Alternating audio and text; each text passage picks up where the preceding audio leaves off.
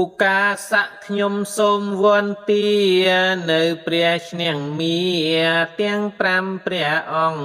សូមយាងព្រះបារមីម្ចាស់ថ្លៃមកគង់នៅនីកំឡុងទីស្ថាននេះណាព្រះកុកសន្ធោព្រះកោនីកមនោ ព្រះកាសង្បោព្រះសមណអង្គោដមបរមពុទ្ធោព្រះមេទេយោព្រះពោធិសត្វថ្លៃ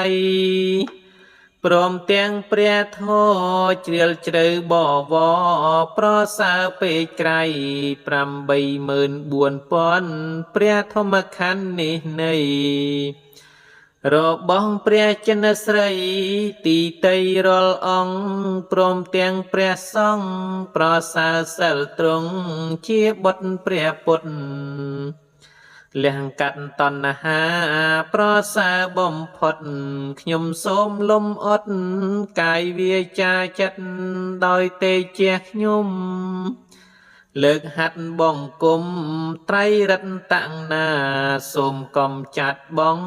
សត្រូវនានាទុកសោករោគាវិនាសទៅ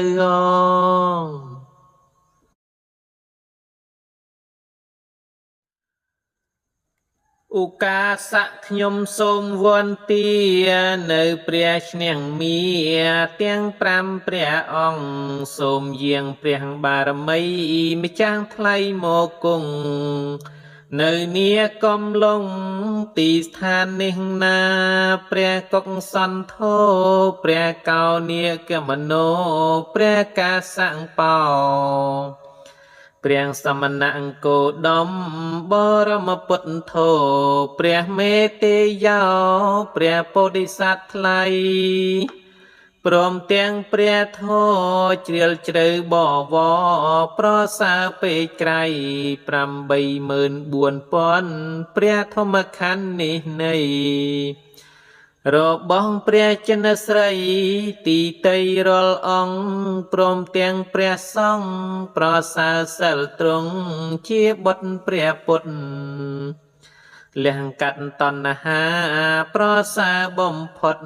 ខ្ញុំសូមលំអត់កាយវាចាចិត្តដោយទេជះខ្ញុំលើកហាត់បង្គំត្រៃរតនាសូមកុំចាត់បងសត្រូវនានាទុកសោករោគាវិនាសទៅ